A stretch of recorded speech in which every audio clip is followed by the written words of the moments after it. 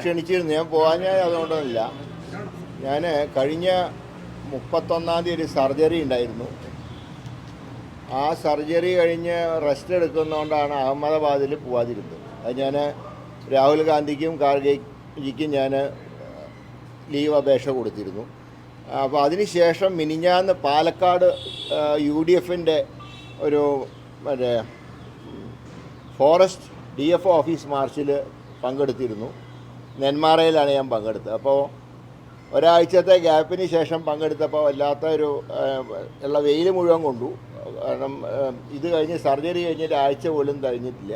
അപ്പോൾ വെയിൽ കൊണ്ടപ്പോൾ കുറച്ച് ആ ഭാഗത്ത് ഇൻഫെക്ഷൻ വന്നു. ഇന്നലെ ഡോക്ടർ പറഞ്ഞ് 2 ദിവസം കൂടെ റെസ്റ്റ് എടുക്കുന്നതാണ് നല്ലത്, സിറ്റിയിലൊക്കെ പോയിക്കോളൂ, ലോങ് ട്രിപ്പ് വേണ്ടാന്ന് പറഞ്ഞുകൊണ്ടാണ് ഇന്ന് പോവാതിരുന്നത്. അല്ലാതെ ഒരു പ്രശ്നവുമില്ല, പാർട്ടിക്കകത്തൊരു പ്രശ്നവുമില്ല, മനഃപൂർവ്വം പങ്കെടുക്കാത്തതല്ല, ഒരു ആരോഗ്യകരമായുള്ള കാര്യമുള്ളതുകൊണ്ട് മാത്രമാണ് ഇന്ന് പോകാതിരുന്നത്. അത് ഞാൻ 2 ദിവസം കഴിഞ്ഞാൽ ഓഫീസ് പോയിട്ട് ഒഫീഷ്യലായിട്ട് കാണുന്നുണ്ട്. ഉമ്മൻചാണ്ടിയുടെ പ്രതിമ അനാവരണമാണ് എന്നെ ചുമതലപ്പെടുത്തിയിട്ടുള്ളത്. അത് ഞാൻ 16-ാം തീയതി കോഴിക്കോട് പോകണമെന്നാണ് ഇപ്പോൾ വിചാരിക്കുന്നത്. അന്ന് ഞാൻ ആ കാര്യം ചെയ്യുന്നത്. അല്ലാതെ മറ്റൊരു പ്രശ്നവുമില്ല.